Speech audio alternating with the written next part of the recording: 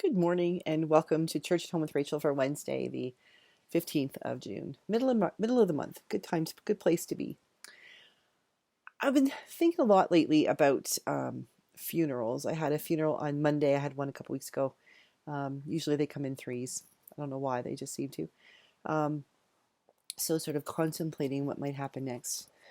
And that reminded me that somebody asked me a while back, sort of during COVID, if we might, after COVID, have some kind of a session at church, some, workshop where people could come together and plan their funerals. Quite often I meet with families who are, of course, in the immediate aftermath of a death of a parent or a loved one's. There's so many decisions to make. You have to meet with the lawyers and the doctors and the funeral home and make choices about what you want for a casket or cremation or not, and all of those things. And those questions that we don't have with our families, or those conversations we don't have with our families about what would we like, and then that's left to the family.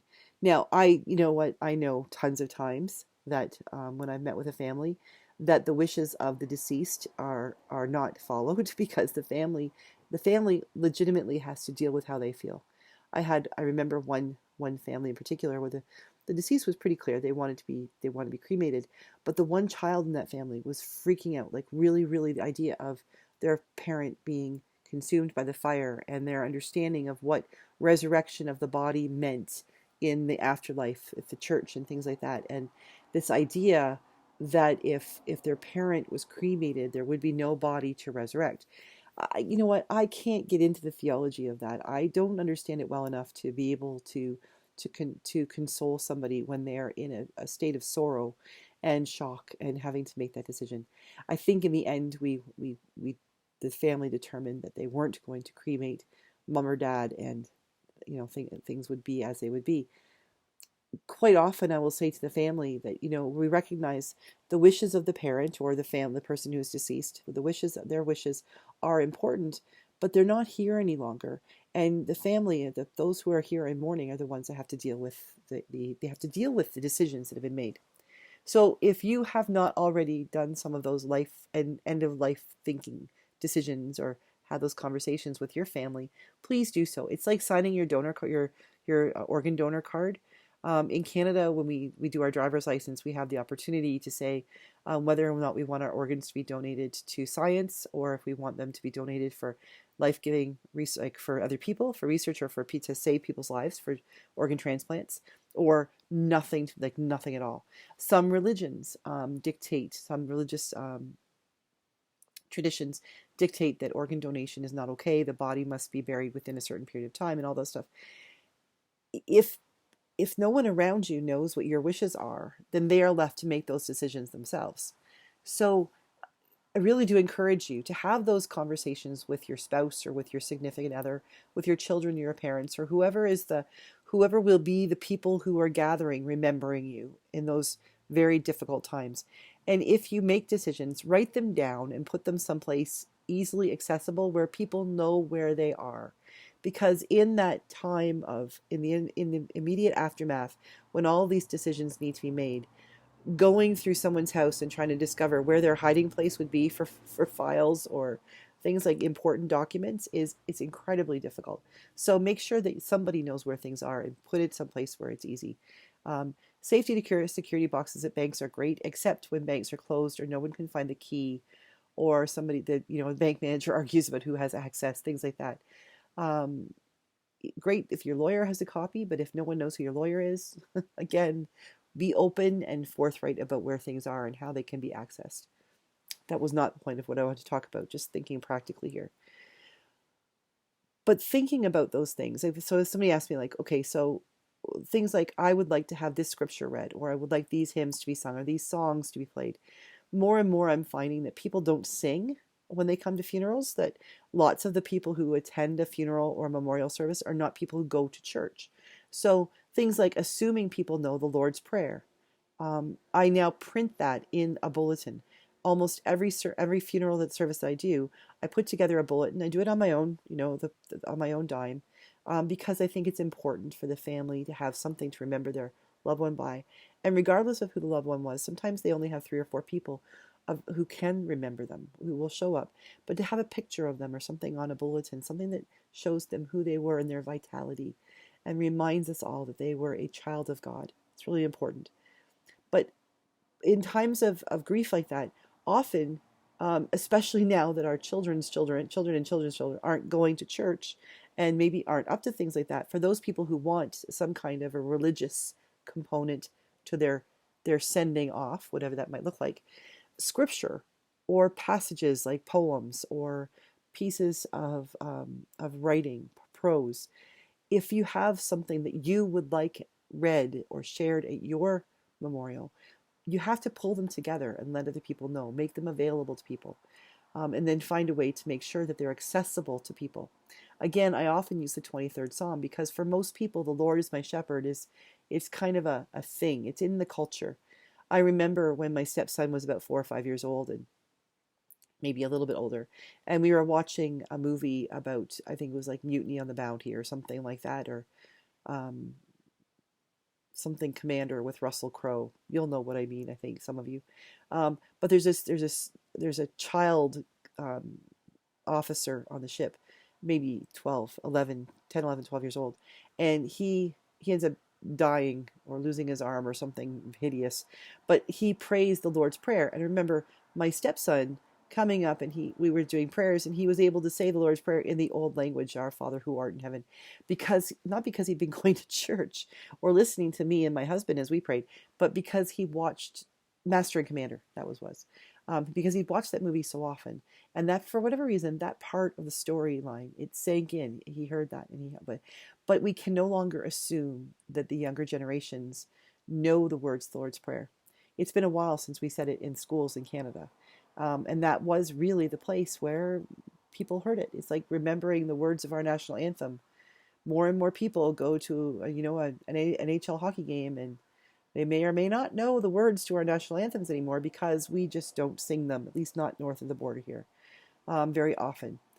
So those assumptions we used to be able to make about what people will know or what they will assume that we would want, we can't make those assumptions. We have to give this some thought. So as depressing as it may seem, thinking about your end of life stuff can be very enlivening, ironically enough. Thinking about what music would you like? Would you like Amazing Grace or the Old Rugged Cross? Or is there a Bob Marley song or a Kenny Chesney song? The funeral I did the other day, Go Rest High on That Mountain by Vince Gill was played, and The Old Rugged Cross by Alabama. And I'm a big country music fan, and sort of 80s music, like 80s, 90s country. That's when I was sort of in my heyday of listening to music. And hearing Alabama's version of The Old Rugged Cross absolutely slayed me. It was all I can do to keep from crying in the service because the way Alabama sings that song really spoke to my heart. I think it was played at my grandmother's. We sang it at my grandmother's funeral when I was 16. And it was like, I never want to hear that again. And every sermon, every funeral I ever did after that, when they played that, it was like gut wrenching. But hearing it, the version Alabama did, was like absolutely peaceful and soothing to my soul. So that's something I have now thought about, and I need to write down. I need to take my own advice. What scripture do you like? Or what pieces of poetry? Or what letter from someone important to you, from your spouse or from your child or something, would you like that read at your memorial service or your funeral service? Being able to talk to your kids or those people who will be the ones left after you to make these decisions or to do things.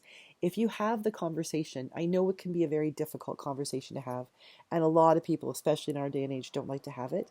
But to have those conversations now, when you're healthy and when people are okay and you can get up and walk away and come back and pick it up, an hour later or 2 weeks later or a month later, and picking things like that back up and being able to write things down and have people know, this is what I wish. Also recognizing that when the time comes, they will be in pain. They will be mourning. And it could be that maybe that letter that they wrote to you that you want them to read out loud may be too painful for them to do, but maybe there's something else that they would like to share for you. Remember in remembrance of you.